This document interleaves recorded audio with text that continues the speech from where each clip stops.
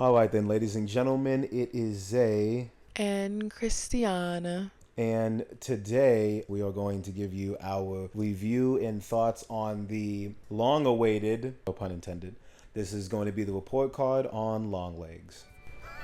Cue intro.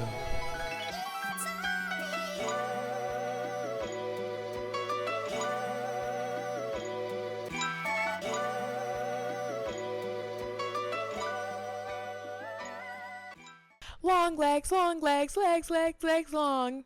Alrighty then, let's go ahead and get into the movie Longlegs. We just finished it. Like we said, it has been long awaited. We've had some people who are fans of the channel kind of want us to review it, so we finally did. And guys, I had already told him this. I knew already in the reviews it was 50-50. Did I understand why? No. Now I completely understand. Make sure to like, comment, and subscribe on the channel. Stay in tune, as we will have way more movie and TV show reviews for you coming forward. That being said, let's go ahead and get into the plot and the storyline of Longlegs. Let's just open it up for what it is. There's going to be definite spoilers into this one. There's no way you can talk about this movie without spoiling things. The movie is broken up into 3 parts. It stars Mika Monroe and Nicholas Cage. And Mika plays Lee Harker. She is an FBI agent and she is on a case. Let's just say that this case is a little bit closer to home than any other case that she's done. This case is pretty specific because it has to do with multiple families getting murdered. The husbands have been up to it. Pretty much from the beginning, you can tell how Micah's character is Lee. She has this almost sixth sense of this specific what's going on. Like, she pretty much can kind of tell, like, you know, what's going on with the certain victims in this. She can kind of like predict it almost, and as the movie goes on, we find out why that is. Yeah, storyline and plot wise, we're just gonna open it up for what it is. Like we said, there's going to be spoilers for this one. This is a movie that has strong religious tones related to it. We did not know that going in, and the trailer can be very misleading. And I would say the trailer is misleading because we had no idea how much of a religious film this was that has a lot of strong tones with it. It carries a lot of the film plot. I actually had never seen any trailers.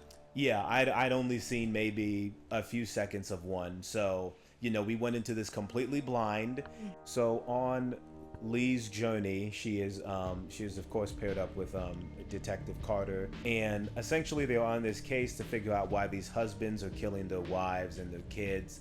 There's been multiple of them going on throughout many years, and they really can't determine what's going on because the husbands are the only ones that are doing the actions, but Lee thinks that obviously there is a stronger force at play. We will get to that force in a moment, a little bit later on. And there's no like forced entries or anything like that, so it's all kind of like from within the house. Yeah, within. But the film finds ways to, it's broken up into 3 parts. Throughout it, you're going along Lee's journey, unraveling the story, but then you're actually getting a look back at her past and what's happened to her throughout it. And then you're also getting a look at another perspective of Longlegs themselves. Pretty much what the plot and the storyline is figuring out who Longlegs is, and then as we get into the third act of the movie, what other forces are at play that make these husbands do these unspeakable acts to their wives and kids, which is awful.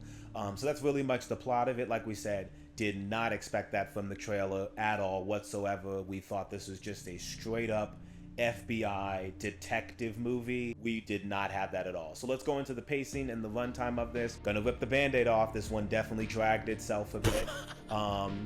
I'm not gonna lie to you. I think that this is where I would start to give some pushback. I just don't think it was executed that well for how the pacing was. Not every single movie needs to be broken up into parts. And if you are gonna break up a movie into parts, you gotta execute each part so we are going along with it and we really want to see what's happening in the next part. I don't want to be confused going into the next part. I want a layer to be peeled. I feel like that didn't happen here. I would say I wasn't confused going into each part. I think it actually set up the beginning of each part well, but it was just like they're dragging so much to where it's like I don't care anymore.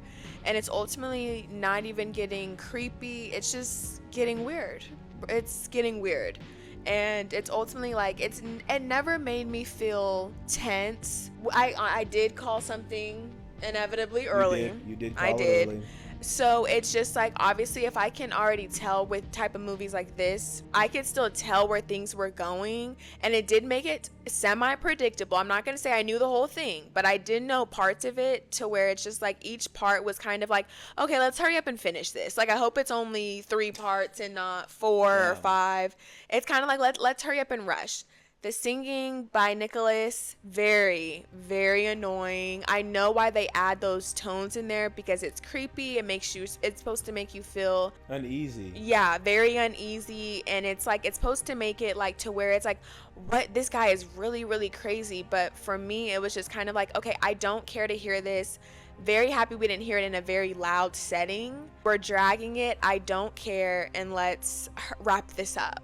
Yeah, like we said, sticking with the pacing and the runtime of it, this it definitely felt like 30 to 45 minutes too long. I felt like the very beginning of. So you want it to be an hour? You want it to be an hour? I think you could have executed it well in an hour. Like I said, I mean, hey, Chris's opinion is that the beginnings of the parts were okay.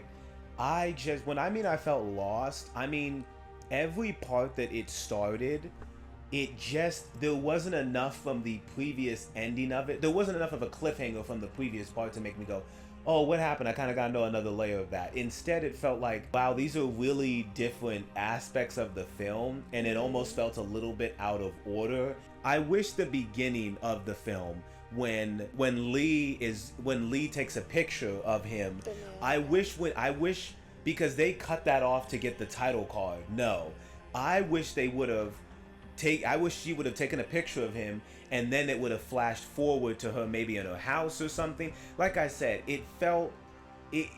when they kept trying to flash back her memories for moments, it always felt out of place. It just did not feel like it was being cohesive to the story of what you're trying to tell. And then it felt very rushed in the end, like let's just get to what we already know. And of course there's not a lot of time for character development. There's no character development in this movie, by the way. It's There's just none telling of a it. story. That's what it's lacking. It's just definitely trying to tell a story. So runtime wise, I think it just should have been 30 minutes, like shorter. There's just some scenes that just did not need to be in it.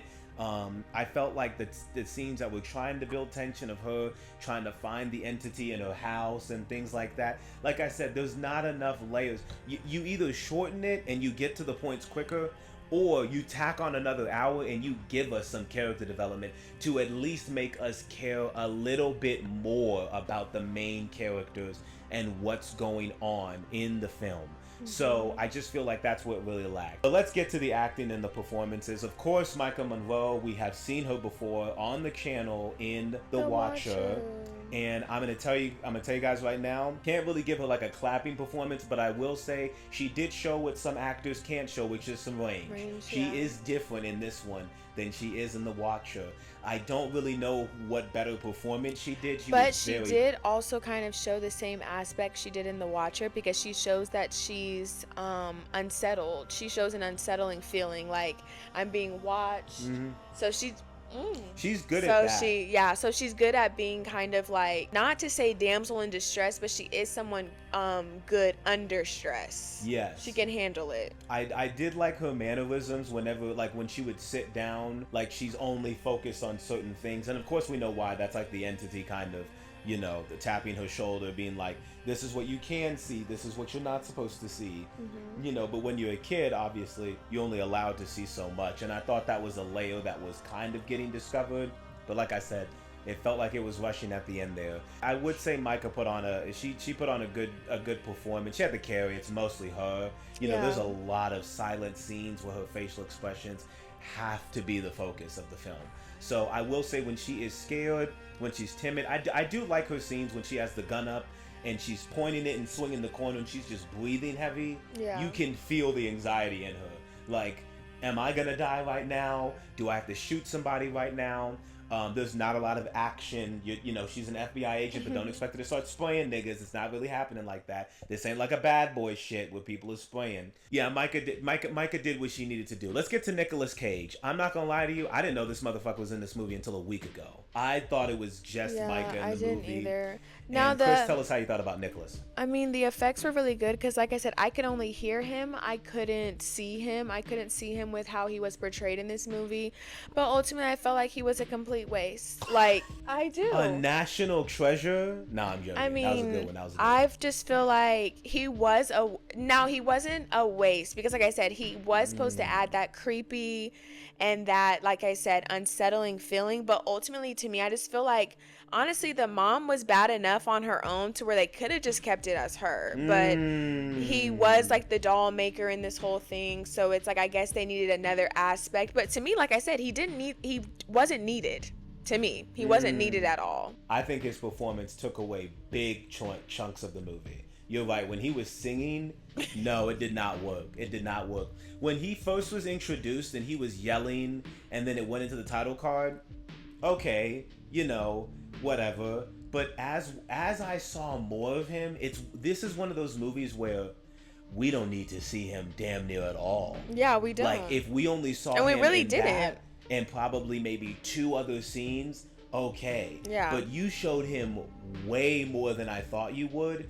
Even the scene in the pharmacy, it's kind of like, we already know you're weird. We already know you look possessed. Oh yeah, that was. We don't need that. You could have stopped showing him there. Yeah. And then you could have shown him. I feel like what lacked in this one, just going to performances, is Nicholas would have done so much better. Maybe it's in his contract that he wants to be acting up like this a bit, or maybe it's to the writing department or who put the movie together.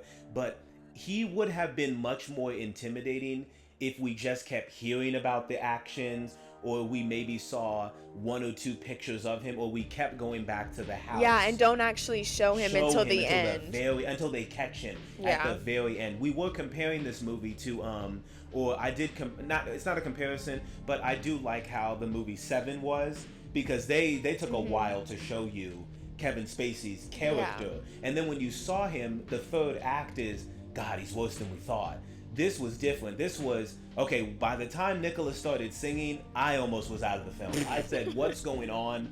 You're taking me out of it. Stop singing. We didn't ask for this. It doesn't, stop having, like you said, stop having them do this creepy shit for creepy purposes. It doesn't go cohesively with whatever the story is trying to be. So I think Nicholas really did take some points away. He was miscasted. I feel like you could have done a lot of other actors in this role for him that could have done better. Hell, you could have done James McAvoy, the guy from Split. I think he would have been much better doing that, because he naturally has that creepy factor. Nicholas came across like he's trying to act like he's creepy, instead of someone who's like, oh, you can actually give off that unsettling feeling. He did feel like he was overacting in this. That's my opinion. Well, I felt like I he guess was overacting I'm a little biased toward that. I've always thought Nicolas Cage was creepy, so Damn. I mean, hey, it is what it is. Fuck what it was. It's what it is. Hey, I mean, we ain't gonna get into that because that's a personal thing. But yeah, I felt like you could have had. I felt like you could have had a couple of other actors. Like I said, he just didn't. I just felt like his purpose in it wasn't really needed to where, like I said, the mom, Miss Ruth, could have carried it on her own. Yeah, and Alicia Wilt as the mom, Ruth. We could have had more time with her. I feel because like you said, they rushed it all at the end of like everything with her, and like even the phone calls, they could have done more with that. Like it was like just, hey mom. I would have, during the phone calls, I think I would have liked to have seen the mother earlier. Yeah. Her on the other phone call. Maybe show her a little bit zoomed in, and then each time we get a phone call, zoom out and show more of the house until she has to go see her. Instead of, okay, now we see her, cool, okay, bye. Or like okay, show the back of again. her, then show just her mouth, then show just her body, Parts something, of revealing instead of, oh, who's this on the phone? Because it just didn't work out like that. And then of course, Blair Underwood, look, my guy, we get it. You were supposed to be the audience's, you were supposed to talk for the audience of what's going on, but I don't like how movies like these, the horror/crime movies, you're supposed to be an agent, but he came across so dumb in the film. Do you not, he came across like the script told him you don't know anything about the case. You have to dumb it down for the audience to understand. And I don't like that. I didn't feel like we didn't. I feel like he just tried to hold our hand through it. Well, what's this little symbol supposed to mean? And it's like aren't we supposed to be FBI agents? Like, come on, like at least sound like you're working with her to solve it, not you're telling her what to do, then you leave, and then you come back and ask questions. That was the only thing that was at fault for me, because I don't mind him being kind of like slow, but I do. Slow. I mean, but what I the do fuck does find this triangle mean, AJ? But I do find it at fault, because if you're supposed to be like the head detective and then like she's just coming on, how come all of a sudden it's just like you didn't know what you were doing at all? But it has been, and they tried to justify it by him saying, you know, all of a sudden this case was so cold, ice cold, and now you're on and it's flowing like lava. like lava. And I'm like, damn, we could have edited that out. We could have just had him say it was cold and now it's just burning up. But anyways, you know, everybody tried to do their job for it. If it wasn't for Micah's performance, I don't think we would have finished the film. Yeah. I think Micah and her mother, those scenes felt the most tense. That, not even tense, those scenes felt like, where are we going with this? I'm a little bit intrigued here, and I feel like we just could have done more with that. So I do want to ask you, so I know like toward the end, whenever she kills the doll, which I'm referring to the mom, whenever she kills the doll of her daughter, you had said, oh, like it's not over, it's still gonna keep happening with the whole, like with the dolls, right? Yeah. But ultimately, how is it going to keep going if the doll maker is no longer alive, and then the mom who is acting it out? Oh, you know, I think that's what the black smoke leaving the doll's head symbolized. It was gonna go to someone else. I think it was either gonna go to someone else, or maybe it is over. Like she broke the chain then. Like, oh he's finally dead. So I can kill the doll that he made of her. Because you also had said with the little girl, she had saved her, so maybe it's starting all over again. But ultimately her mom never had to save her. It's like she like made a deal with the devil already to like. So I feel like when she did save the daughter, I don't think that it started a new cycle. Okay, so you think it ended as it was. Okay. I hope so. But she couldn't shoot the doll. Like I think that's the only thing. Because why would you show the mother shooting the doll head off and then show the black smoke coming out? And after that happened, what happened next? She was knocked out. Like she was knocked out, and then like smoke came out of her. And that was the part of the doll maker that probably got to leave away. So maybe his connection to them was gone. Yeah. But she still but the mother kept doing the job. Yeah. So of course, like we said, the movie tries to throw it does these parts and then it makes you kind of wait until the end. Of course, the other layer of the film is, not only do we know Nicolas Cage is playing Longlegs, he's not the one going into the houses and killing anybody. He's not the entity that's actually doing the work. He just makes the doll. He puts a part of his essence in there, which is, of course, a part of the satanic stuff. Yes, a part of the devil, the man downstairs, as they call him. We'll just call him the man downstairs.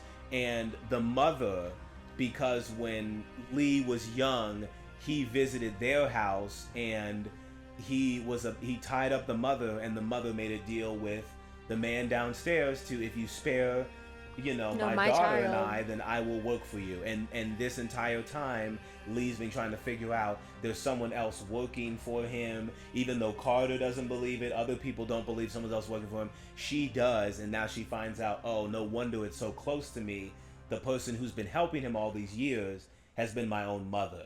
And so, like I said, when they tried to reveal that twist, it just didn't land because, one, I don't have a connection to any of you at all.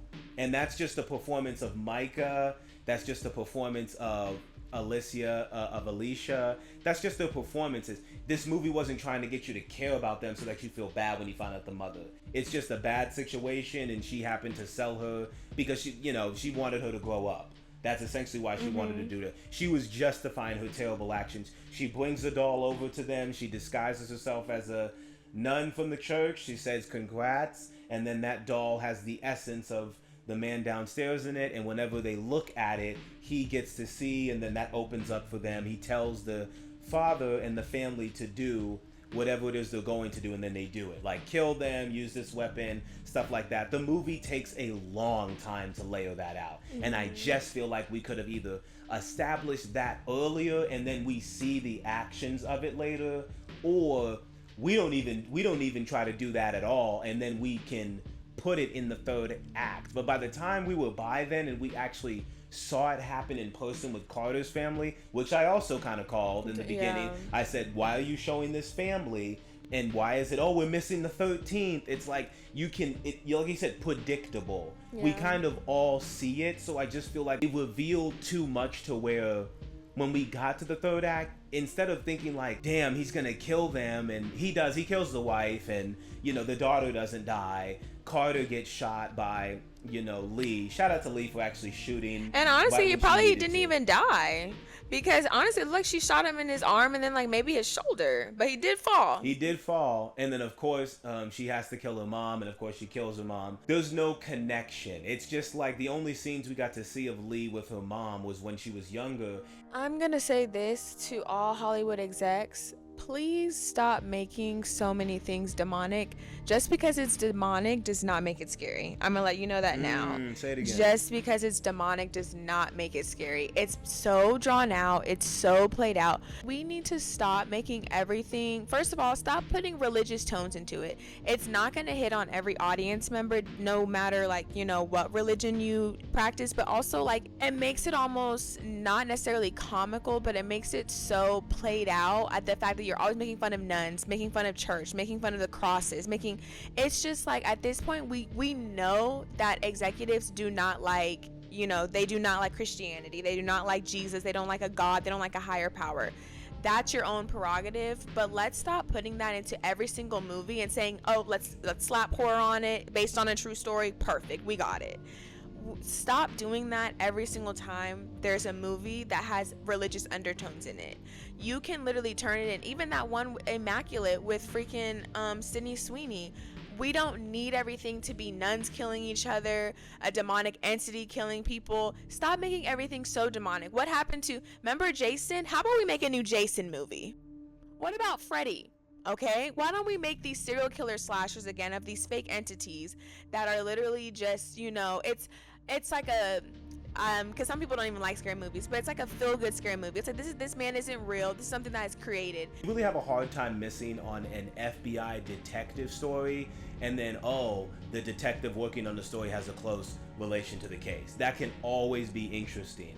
But when you spend the majority of when you pretty much say this is a religious film and we just disguised it as horror and crime, that's, I think, what pissed me off, because it bogged it down so much. It's like, either go fully in with it from the beginning and we know it, or don't do as much of it, but you can explain it from maybe background or side characters. It felt so heavy. Like, it was almost, like I said, it was almost like holding your hand, like, this is the good, this is the bad. Can't you see it? Can't you see why they're doing the bad? And then it also found a way to just be trying to be like, oh, it's ambiguous, until it throws it in your face when Nicolas Cage is literally looking at the camera and saying, "Hail Satan." And it's like, that's not going to, it's not supposed to, it's not creepy, it's not weird, it's just, we've seen this before. And we've seen it done better. We've seen it done in ways that actually scare you. Shit, The Conjuring has done this way better, of like, we know that it's like a demonic entity, but you focus on what the characters, and you feel bad when they're going through this stuff. Either show it more direct to where you feel like, damn, that presence is really here, or you make us care about the characters that are around the story and what this is happening about, and then you're like, damn, this is a really fucked up situation. How would I get out of this? I never felt like I was in the movie. I really felt like I was just watching it and getting through it. Like, this is gonna happen. This is gonna happen. We don't even know why Longlegs was doing it. I guess it's that unknown force of just, he's taken over by a devil entity. I just didn't like that. So I would say that that's my biggest gripe with the film. Damn it, I'm gonna say this movie really didn't need to be made. It made me like Watcher more. It made me like a lot of other horror films we've liked more, you can do something creative with the devil or the dead, but like even Talk to Me did a good job of that, because you found a way to make it relatable with what's going on with the characters. But when you have it religious and there's no character development and attachment, you just sit there like, okay, I just kind of want this to end, and I want you know, our Lord and Savior Jesus Christ to win. And by the end of the movie, it doesn't seem like that. It seems like you just got away with it for now, but it's always there. And I didn't like that. I didn't like that even at the end. It just felt like, okay, it's over. It's just over. Okay. Okay. It doesn't feel like it wrapped up and it had any sort of message to it. It was just like, okay, you figured out the case, whoop-de-doo, but guess what? It's never really gone. Like, it didn't really feel like the entity was ever really gone. Carter still killed his wife. Like, it's not like you stopped him. If you stopped him from killing the whole family, okay, but show us what happened to one of the previous families. But I guess it did do that, but not to the entirety. Remember, the devil had called her and told her you're too late, and she was. But this is going to be something very new for the channel, just specifically for this movie. You're probably wanting to know, what the hell would we even rate a movie like this? Go ahead, Chris. Tell them what the hell we rated this movie as in its entirety. An F for frolicking in the fire. We could also give it a D for dancing with the devil. Hell, we can Demonic. even give it an S for satanic swimming. But realistically, this is going to be a first. This movie's not going to get a rating. We're never going to give a rating for a film that has this strong of demonic, satanic vibes in it. So it's not going to get a rating. We're just going to say because ultimately we don't enjoy watching stuff like that. This like, it's not scary. Yeah, it's opinion. not scary. It's not creepy. It's not exciting to watch. It doesn't give us any feeling. Over this. Oh, I'm just being real. Would you watch The Watchers over this? Yeah. Hell yeah. By the time we have Nicolas Cage in the room and he's banging his head on the table, I'm just out of it. I don't know, that whatever expectations I had for the movie, they pretty much went out the window. The part that Nicholas was singing, like, okay. I was done. Like, I just don't think you need to have that kind of shit. But anyways, appreciate you guys for tuning in. It's been Zay and Chris here. Be sure to like, comment, and subscribe. And we will see you guys next time on the Zay's World channel.